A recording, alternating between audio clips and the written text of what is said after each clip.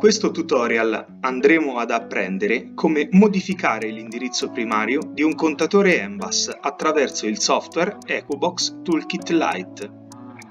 Il software EcoBox Toolkit Lite è disponibile nell'area EcoBox del Synapse Store.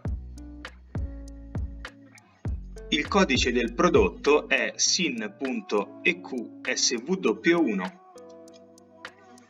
Per procedere al download gratuito è necessario essere registrati in Synapse Store.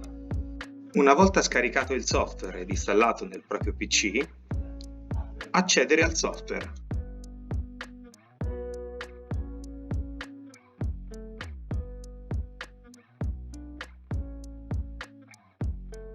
Selezionare l'impianto desiderato e cliccare quindi su Apri impianto. Nel caso in cui non ci sia nessun impianto, procedere alla creazione di un nuovo impianto. Rimandiamo al manuale utente del software per questa attività.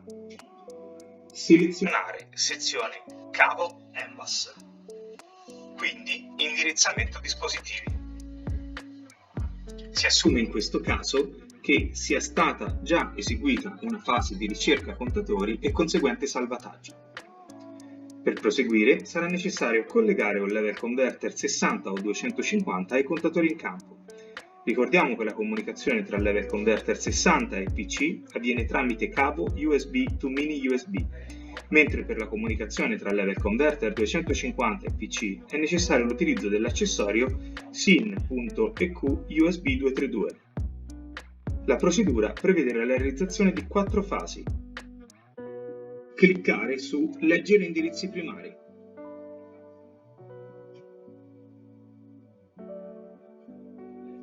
Viene quindi effettuata una lettura dei contatori.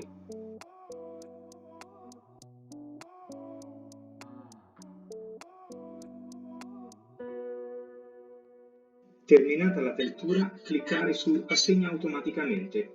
Il sistema assegna automaticamente ai contatori degli indirizzi primari, salvo la possibilità di poterli comunque modificare in autonomia. Cliccare quindi su Scrivi e salva indirizzi primari.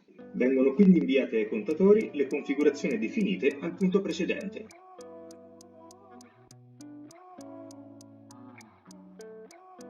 Man mano che gli indirizzi primari vengono modificati, il colore del valore relativo diviene verde o rosso, rispettivamente in caso di esito positivo o negativo dell'operazione. In qualsiasi momento è possibile interrompere l'operazione tramite il tasto Stop. Terminata la sovrascrittura, è possibile esportare un file riepilogativo di tipo CSV.